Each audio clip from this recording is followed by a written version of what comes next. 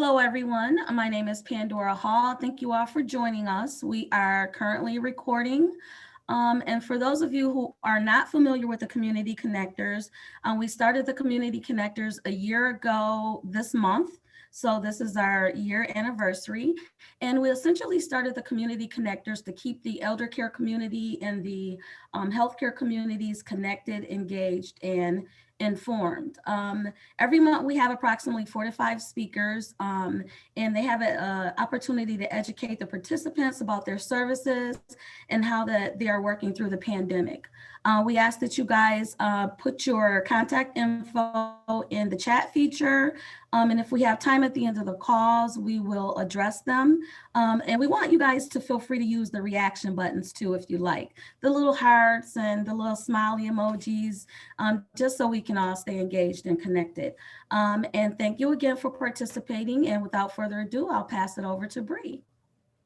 Thanks, Pandora. I appreciate it. We have 4 speakers today, 4 esteemed speakers that have agreed to talk just a little bit about women's health and wellness. We had some great conversation on our last Washtenaw County Community Connector, so I'm excited to hear what people have to say today. Got a lot of great nuggets from the conversation on how we can support our elder community. So looking forward to this. Our first speaker is Karen Faith Gordon. She's the independent owner at Karen Faith LLC, and I'll hand it over to you, Karen, for about 12 minutes. Thank you. Thank you so much. Thank you, Bree. Thank you, Pandora. Thank you, everyone, for having me here today. I am Karen Faith Gordon. I established my practice, Karen Faith LLC, in the last year, and my overarching love and driving passion is working with older adults and their families through all of the various challenges that can come with aging. I'm a licensed master of social work and have some other degrees and certifications that have allowed me to infuse some more nuances into my practice that have really allowed me to enrich both my life professionally and personally, as well as the lives of the clients that I see.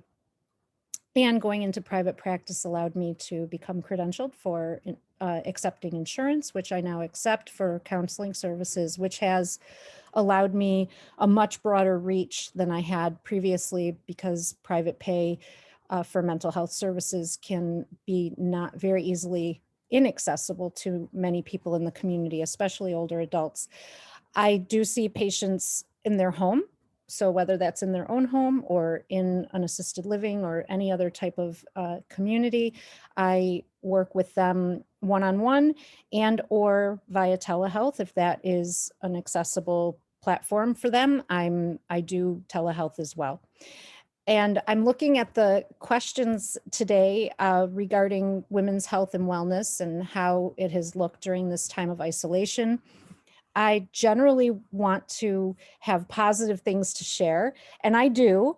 And yet this question, this past year has informed me that the answer to this question has generally been negative for most of us. It's not rocket science that we are all aware that this last year has been very devastating for some, and particularly women who I have many clients, and I'm sure people have clients, family members, friends, many whose lives were enriched on a daily basis by their social engagements. And with the pandemic, that came to a halt. So what I've seen in women's health and wellness is, in some cases, quite a decline, not only because they are not engaging as readily in whether it's playing cards or being a mall walker or any book clubs, things that would engage them in a meaningful way, that for the most part, especially for my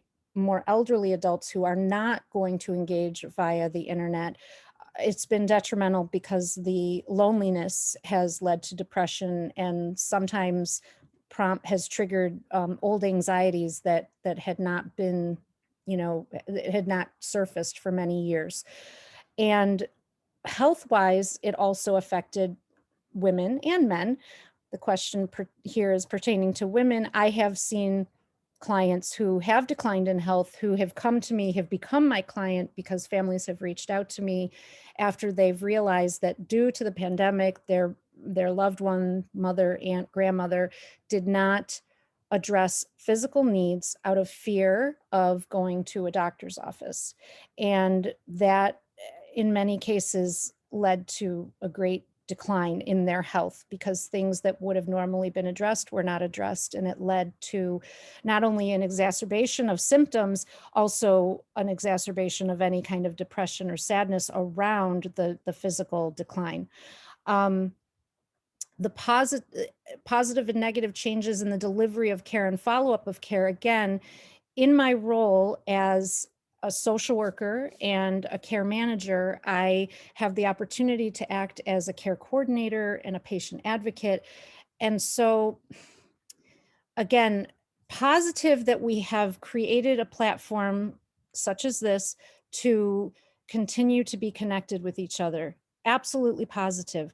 And again, it's sort of an implicit form of almost discrimination against those who cannot access this platform for whatever reason, and not just their age, but it could be a variety of factors that could be keeping them from utilizing this platform.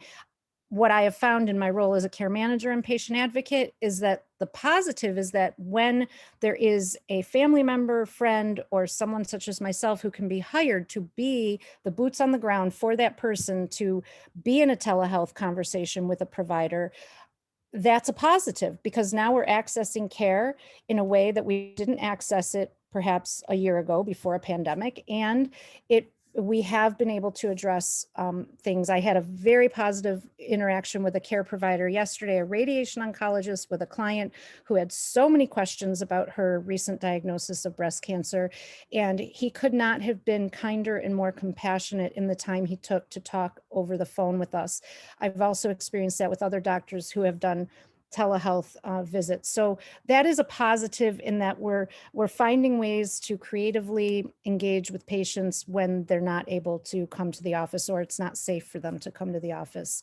The vaccination, what I've seen in my clients is a definite increase in confidence, in a sense of empowerment, in a sense of freedom. I had one client say to me yesterday that she felt this huge burden had been lifted off her shoulders. She felt a visceral reaction emotionally to the idea that she'd be able to see her children again. Many of my clients do not have kids who live in town, if not most of them. And as we all know, not connecting on a human interpersonal level with our loved ones is painful. And to reach the stage of life that our clients have reached, only to have babies born and milestones celebrated, and to not be able to be physically a part of that, again, with all due respect for Zoom and the internet, this is a generation who has earned the right to be with their families, and it's in their best interest. And so to hear from my clients that they're starting to feel that there is a light at the end of the tunnel that they can see and that they can feel, and the idea that they can anticipate that hug from a family member and that touch of a friend, walking beside them, that has been an incredible sense of relief that I have noticed from the clients of mine who have been vaccinated. My top 5 suggestions for optimal health and wellness, for sure, physical activity, which I get it. There's a whole motivation factor there. Right before the pandemic, I had completed a yoga teacher training, and I have been teaching yoga both via Zoom. I went on to do an adaptive yoga for people with mobility issues and a dementia yoga training. And I now see clients in their homes, and we do chair yoga together. So if someone's in a wheelchair, we're adapting poses in the chair. For those who can, we get up, we go to the wall. So there's always something to support the physical poses, and between the visit and the mental health, we've got some good things going on there. So trying to engage people in any kind of physical activity, I have found yoga to be much more accessible to people when I introduce it, especially because so many people have their own ideas about what that looks like. And I love being able to share what it can look like and what's possible in the realm of physical activity. And I don't want to go over my time, so I just want to say thank you again for having me at this meeting, and I look forward to meeting all of you in person one day.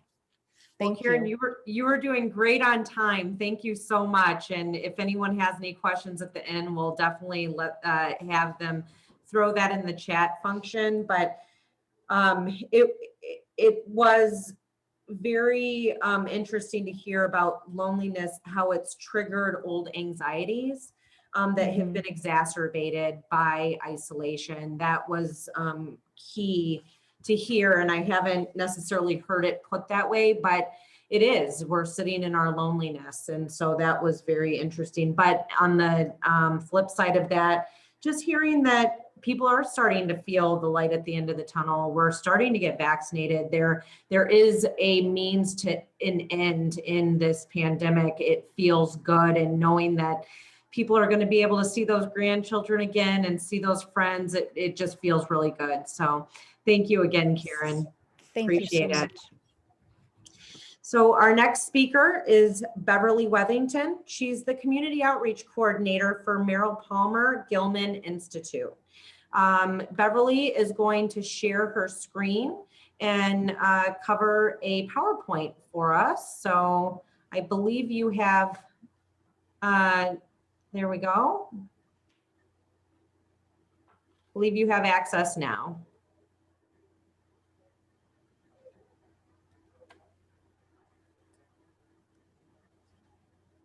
I do. Wonderful. And I'm hoping, can you see the screen? Not yet, no. Okay, you should be able to. Let's see here.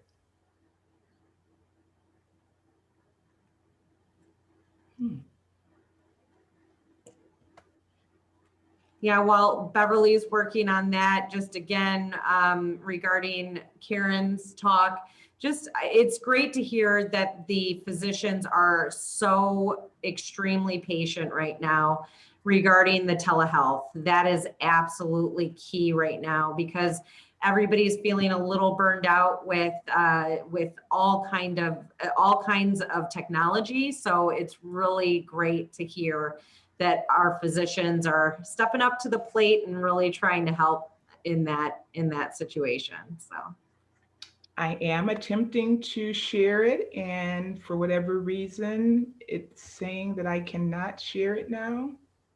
okay.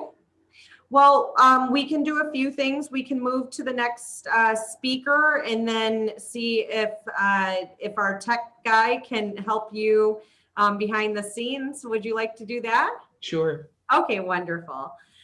So we're going to move over to Cindy Palmer. She is the Grief Support Services Manager serving Oakland County for Hospice of Michigan. Cindy? Hi, thank you and welcome everybody. I'm going to piggyback on a lot of things that Karen said and hopefully be able to add a little bit of a different twist. For Hospice of Michigan, we do provide grief support services, of course, for our families who had a patient on our service, but we also offer support services to members of the community. Members of the community are welcome to join our support groups and our programs free of charge. Of course, we have been on Zoom as well, not holding our groups in person, which is certainly a big way which COVID has impacted the way we provide grief support services to the community. So I'll start with question number one. How has women's health and wellness suffered during these times of isolation? Again, when I counsel caregivers who have been caring for months or even years for their special someone who's now deceased, often they put their own health appointments on hold. They're so focused on caregiving for their loved one that they don't go to the dentist. They don't go get their checkups. They're not getting their cholesterol checked and seeing their cardiologist because they're just so overwhelmed and so busy, and caregiving can be so time consuming and all encompassing. And so now perhaps it's been a while since their caregiving experiences ended. Now we have COVID. And so there's again that hesitancy to seek their own appointments to go see their doctors, their dentists, their specialists. So that has definitely had an impact on women's health. And again, to echo what Karen said, I affirm that people's anxiety has definitely creeped up. Perhaps people who weren't anxious before are anxious now, or people who did have pre-existing anxiety issues have just found them be exacerbated and increased. I do like to encourage people, though, that the anxiety is warranted. This is stressful. We are being isolated. There are threats to physical health out there, and to not be too hard on themselves and really encourage that self-compassion that, yeah, this is hard, this is stressful, and it's okay. And weight gain is another one. We're home a lot, we're bored, and the 3 triggers for overeating can be boredom, stress, and fatigue. And so COVID and this being home so much, that increases the boredom and the feelings of stress. And then if we're tired on top of that, that trigger to overeat can certainly be there. The second question, what positive or negative changes have you seen in the delivery of care and follow-up care? Definitely a positive has been the embracing of technology. I was running a support group in Royal Oak. We were meeting at the Royal Oak Senior Center first and third Friday of every month. I would have 5 or 6 people in attendance to my group each time. I now have about 25 people that receive my emails twice a month. I always include some sort of handout or piece of education on managing grief and coping. And about 10 people attend each meeting on Zoom. And they can be on screen if they want. They can phone in and not be on screen if that's not something they're comfortable with. So I've actually seen an expansion of people being able to access our groups. On the flip side of that, there are some people who are not comfortable with the technology. I have at least 2 members I know who would come faithfully to my in-person group who we've not seen in the last year, and have reached out to me periodically. Are you back in person yet? And I have to say, no, not yet. And they have been going without. And, you know, I encourage folks, again, to reduce their social isolation. Yes, we need to physically be distanced, but we still need to find support through whatever modality we're comfortable with and feel safe with.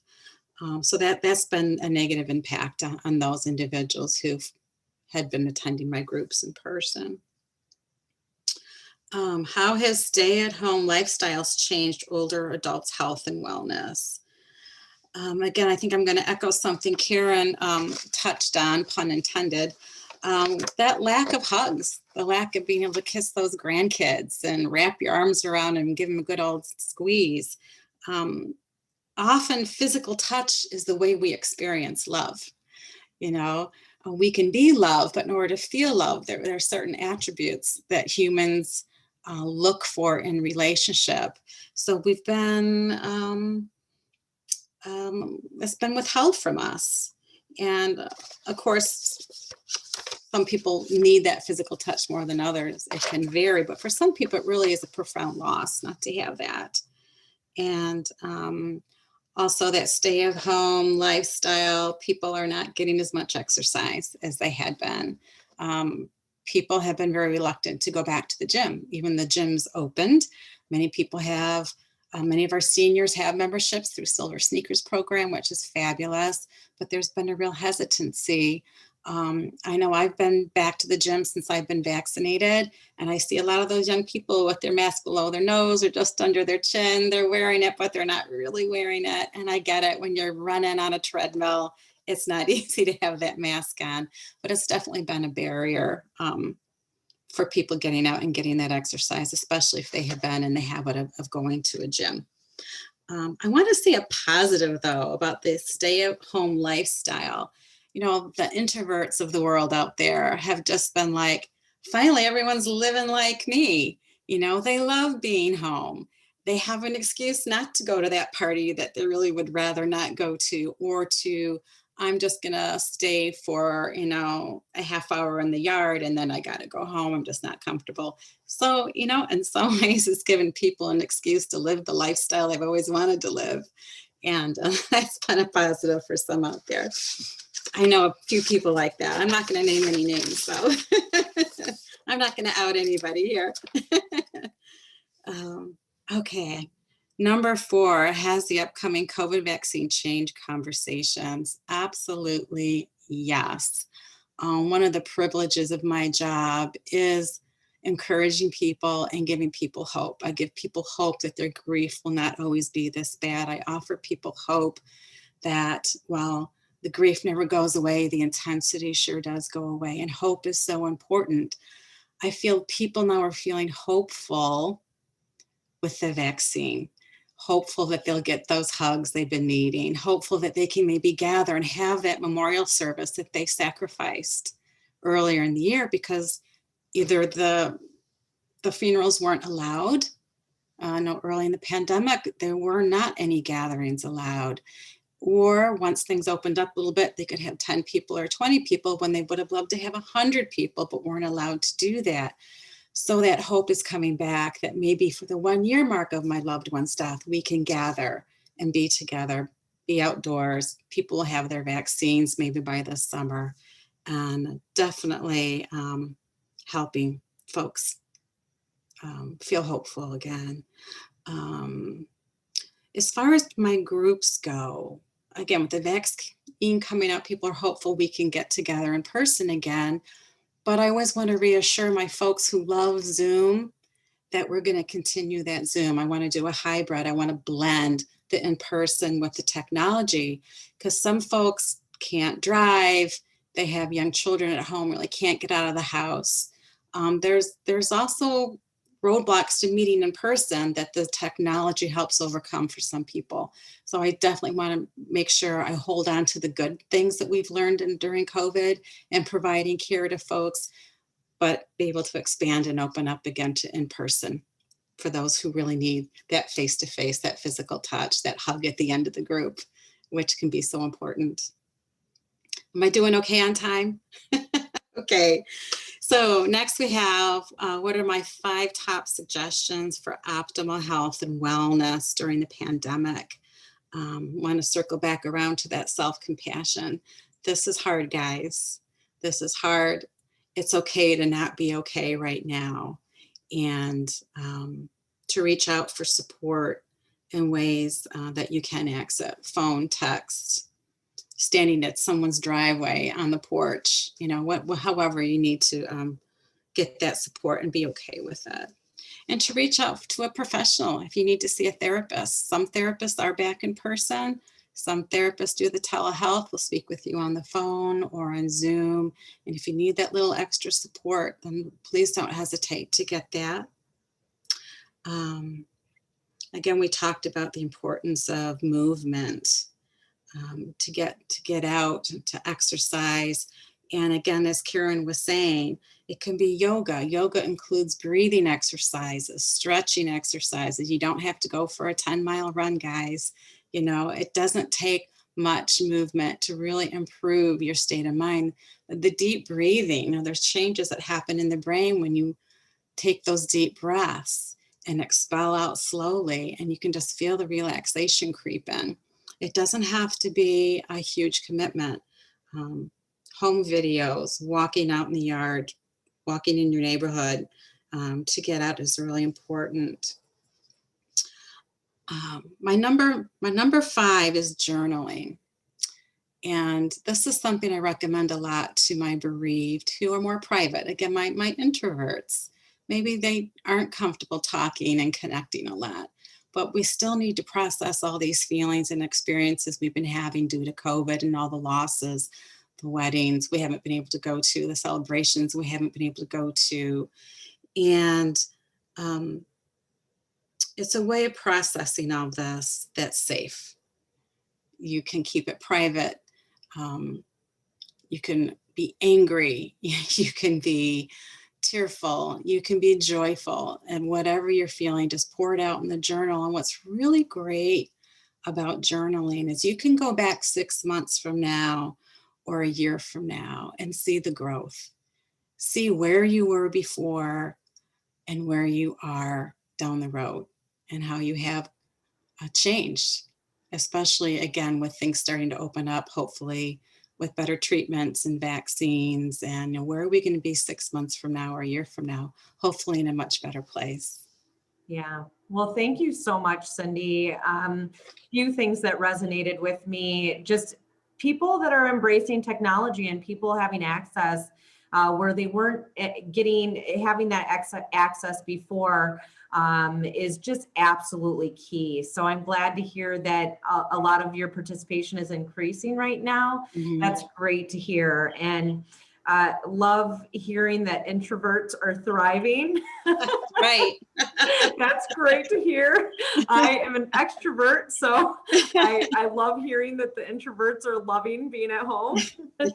And then lastly, just how important touch is, touch being the #1 way to experience love. And as we continue to open up and get vaccinated, and once it's safe, just everybody remembering that that's going to be absolutely key. So thank you so much, Cindy. I really appreciate your insight.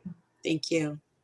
Yeah, and we'll move back over to Beverly. I'm going to introduce Beverly again because we have had a few additional people jump on. Beverly Webbington, she's the Community Outreach Coordinator for Merrill Palmer Gilman Institute. And while you're sharing your screen, if you can, Beverly, I go ahead and start that. And I'm going to give everyone a little tip that I learned earlier on Zoom. If you're in gallery view, you can, based on whatever person you want to look at on the screen, you hover over their cube, and there's a little hand. And you can move that cube back and forth depending on how you want to see the speakers. And so if you're ever on a panel presentation, you can line up the speakers the way you want. And you can move people around if there's too many speakers on the screen. So I thought that was a cool tidbit that I learned a couple days ago, and I hope you're able to share it with other people.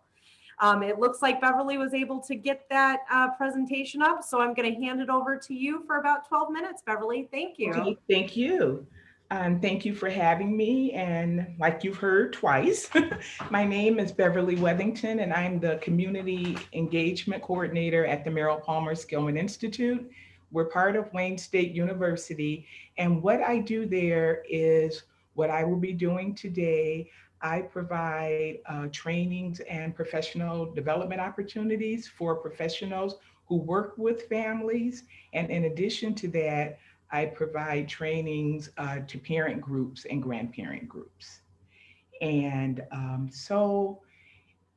when I was having conversation about today's panel and really thought about what it has been like for women this past year, what came to mind is that this PowerPoint, this presentation that I've developed that can be a tool to you if you're interested in using it, that talks about encouraging our seniors to think about and really write their story.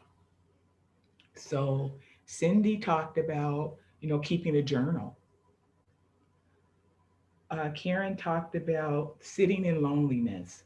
Well, not only have seniors been sitting in loneliness, it's also been a time of great reflection.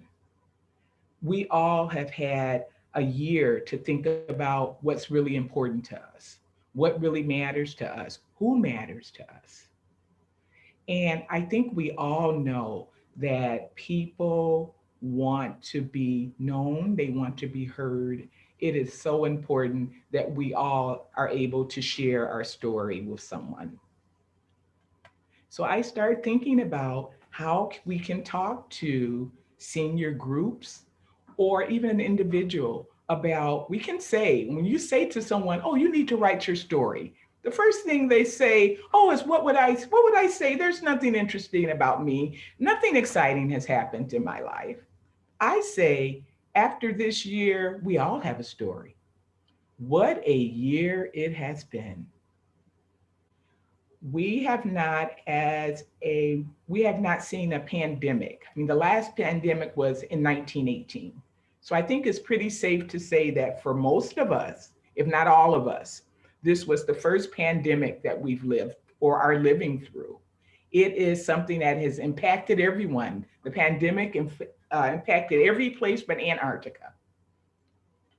And we really see the world through a different lens as a result of this pandemic. And we had to sing, we're all in this together. I say, yes, we were all in this together, but we all experienced it in a very unique way. What this year gave us was time. We spent so much time alone. And we really thought about what we value.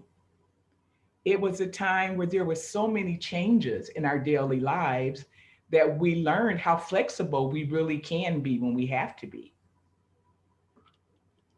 And both speakers have talked about that loss in social connections. And that meant different things to different people. We just heard that for people who are more introverted, they may have had a very different perspective than those who are more outgoing. So it was even that social distancing was experienced in different ways by different people. And in all of this, there really were, in many of our lives, joyful moments that we did not get to share because of our being so separate.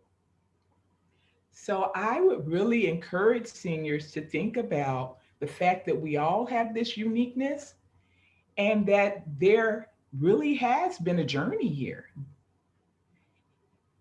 And to really think about not only this year, but just the collection of life experiences that we've all had. And as an individual, think of all the life experiences that we've had, all of the unforgettable moments, all of the times where you may have been discouraged, but things turned out okay. So the victories that were won, and times where things didn't necessarily turn out the way in which we would have liked them to.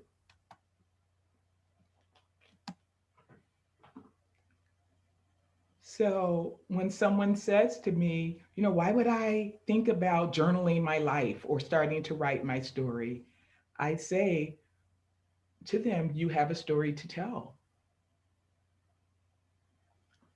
So once that's said, then the next question is usually, well, how do I do that? What will that look like? Zoom has made me more familiar with the computer than I ever wanted to be, but maybe I do or don't want to use Zoom to write my story.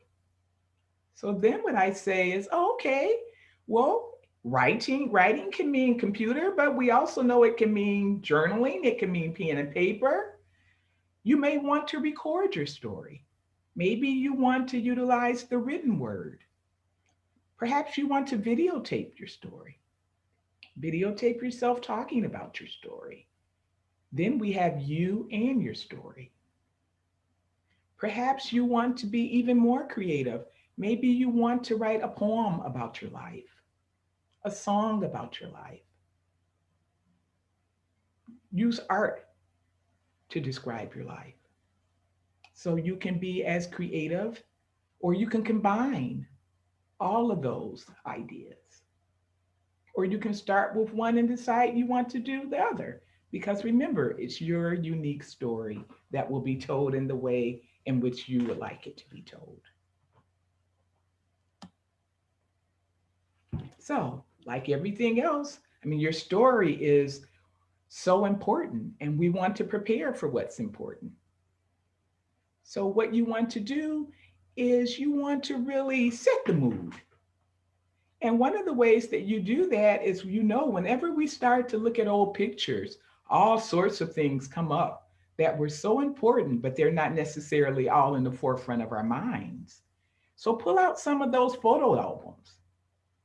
Start really looking at those old pictures and thinking about those memories, those moments that really were important enough for you to take a picture of them. Start reading old letters if you have those. Listen to music that you listened to as a child, that you listened to while you were dating, that you listened to while you were holding your children. Call old friends. We talk about reconnecting, that we were so isolated during COVID. Call old friends. And when you're talking to them, you're really writing chapters of your book.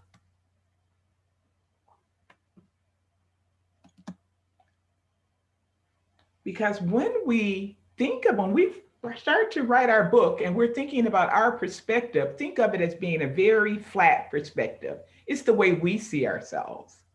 But when you talk to other people, you get perspectives. You're going to interview them and you're going to ask, well, what is it like to have me as a sister? What do you think about me as grandma? And that picture of yourself becomes fuller and fuller. What was it like? What was it really like to have me as a coworker?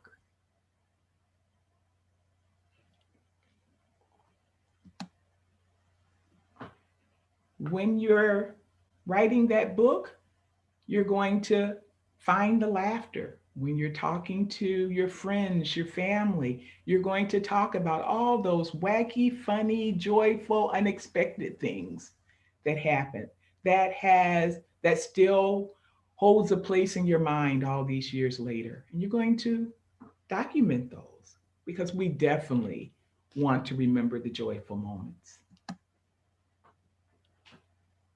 You're going to document all those victories, those times where things seemed really, really hard and you weren't sure how it was going to turn out, but they were resolved. Sometimes we don't want to think about the hard things, but when we're able to sit back and time passes, we sometimes gain new perspective. And we gain strength from seeing, yes, all of this did happen, but guess what? I'm still here. I learned from it. I'm a stronger person. I'm a wiser person. I'm a better person. We definitely want to fill the chapters with the love, with the relationships that we've had through the years, the relationships that have stood the test of time, that have given you hope, that played part in the laughter, that have given you joy. And those relationships have helped define who you are.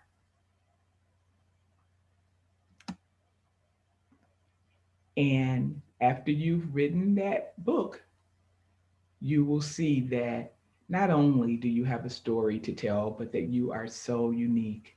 You are so wonderful. You are so resilient. You are so wise.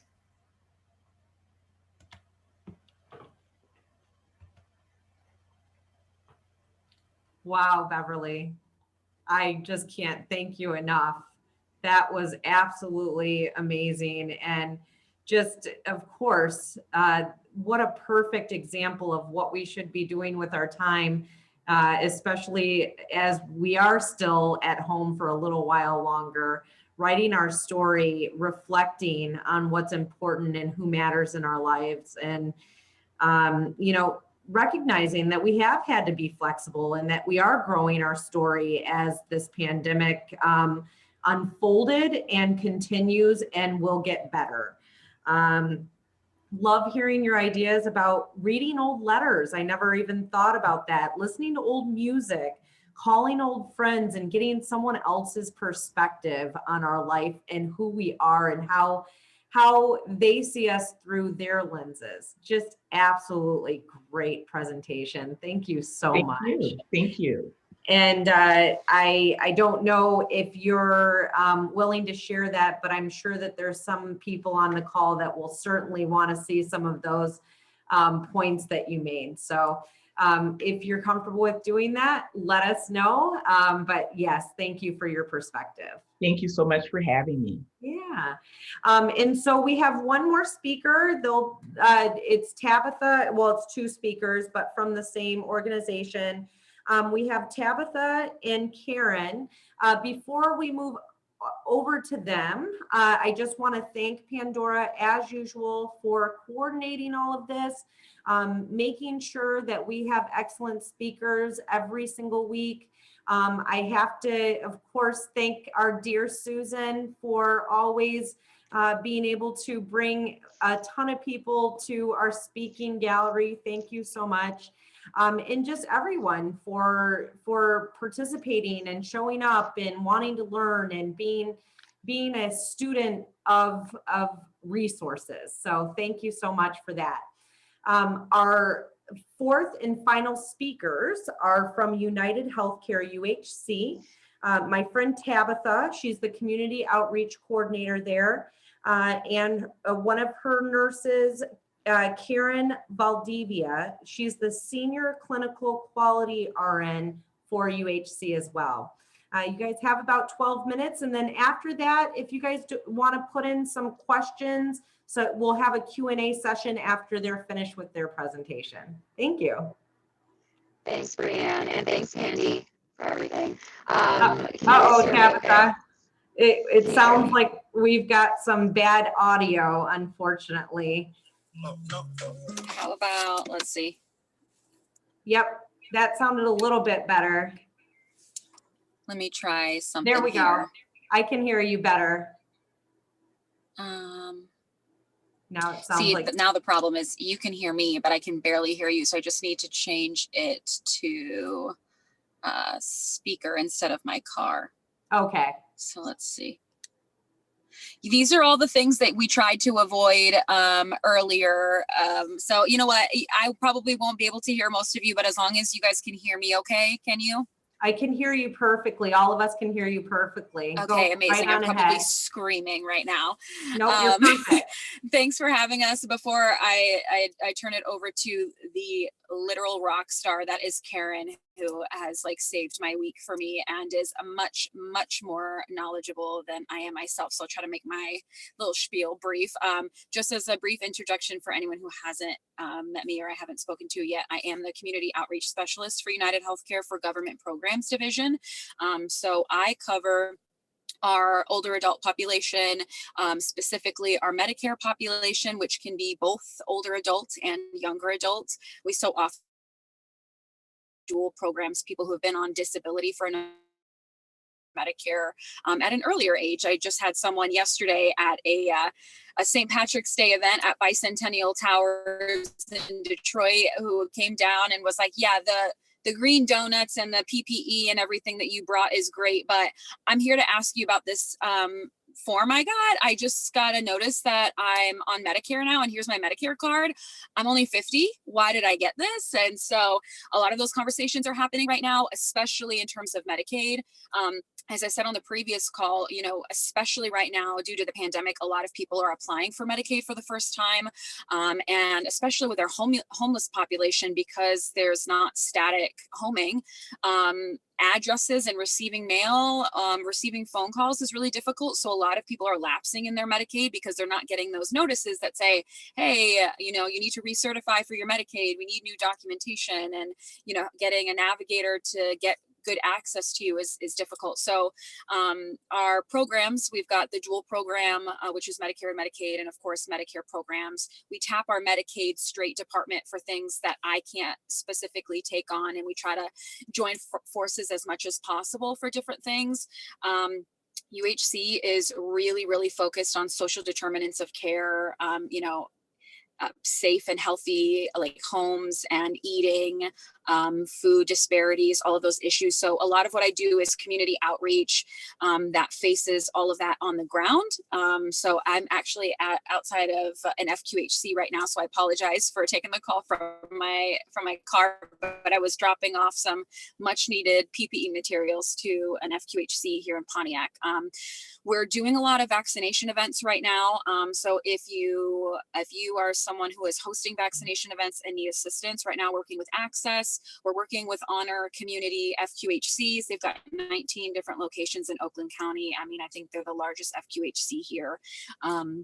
And then we are working on, right now, preliminarily working with Wayne State. I was actually speaking to Beverly Turner yesterday and Parada from Wayne State and their community outreach team in that aspect to work on attending different vaccination sites and bringing things like electrolytes, vitamin C packs, Tylenol, hot and cold pads, thermometers, different things like that, because we have this idea that, we've got our older adult population very vulnerable already, but add being homeless or being very low income on top of that. And it's already hard enough getting your second or first vaccination and having symptoms when you're in the comfort of your own home. You've got plenty of Tylenol, you can take a cold bath, all of those things. But what happens when you're getting vaccinated and you're homeless? Or what happens when you're homeless and you don't know where to go to get vaccinations? Or,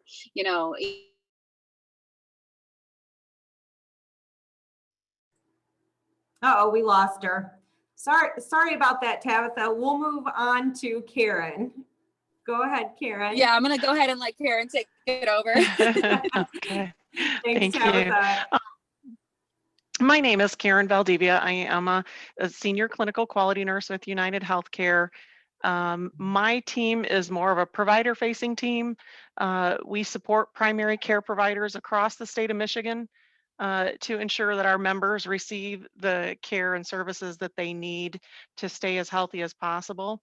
So when I look at the discussion questions today and thinking about women's health and how that has suffered, I think the biggest thing is just to acknowledge the fact that the last year has been really hard. It's been really challenging, and it has impacted women's health and their access to care. Their access to care is the opportunity to obtain timely health care services in order to preserve or improve their health. So as we started going through this COVID pandemic and we watched it become a healthcare crisis, and then we had restrictions that were put into place, there was a resulting isolation that really caused people to deprioritize their wellness and delay preventative care and services that they typically would have received. I kind of try to put a little framework around it in comparing just a little bit of healthcare data year over year from 2019 to 2020, just face-to-face interaction with primary care providers declined by about 60% in 2020 compared to the previous year. A couple other, approximately 65% fewer mammograms were completed for early detection of breast cancer. And then, I think about diabetes as well. A key standard in preventing complications from diabetes is getting that hemoglobin A1C blood test completed. This measures, a diabetic's average blood sugar level over a 3-month period of time. We saw about over 60% decline in diabetics completing this test, which for women, in particular, diabetes increases the risk of cardiovascular disease and heart attacks. And then, of course, we can't ever leave out the decline in mental well-being that further impacted women's health because the isolation increased those feelings of anxiety, of hopelessness, of fear. And I think all of us have touched on that here today speaking. Some of the changes in the way healthcare delivery is being done now, I would say healthcare providers, the healthcare industry, we were really challenged to expand upon non-traditional methods of care delivery. And they've done this quite well through telemedicine, reaching out to your provider through phone or having a virtual visit where you can see each other.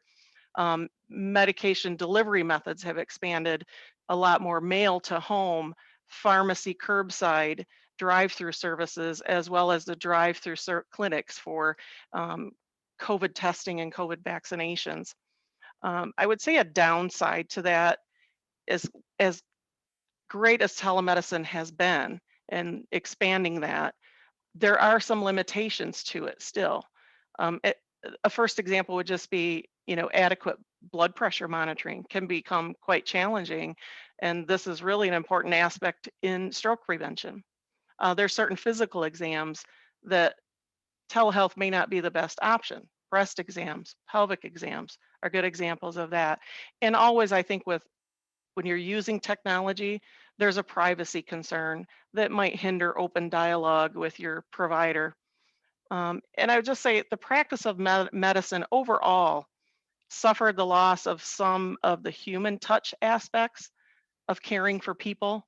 There really is just something irreplaceable about meeting and talking to your provider face to face in a room with a closed door.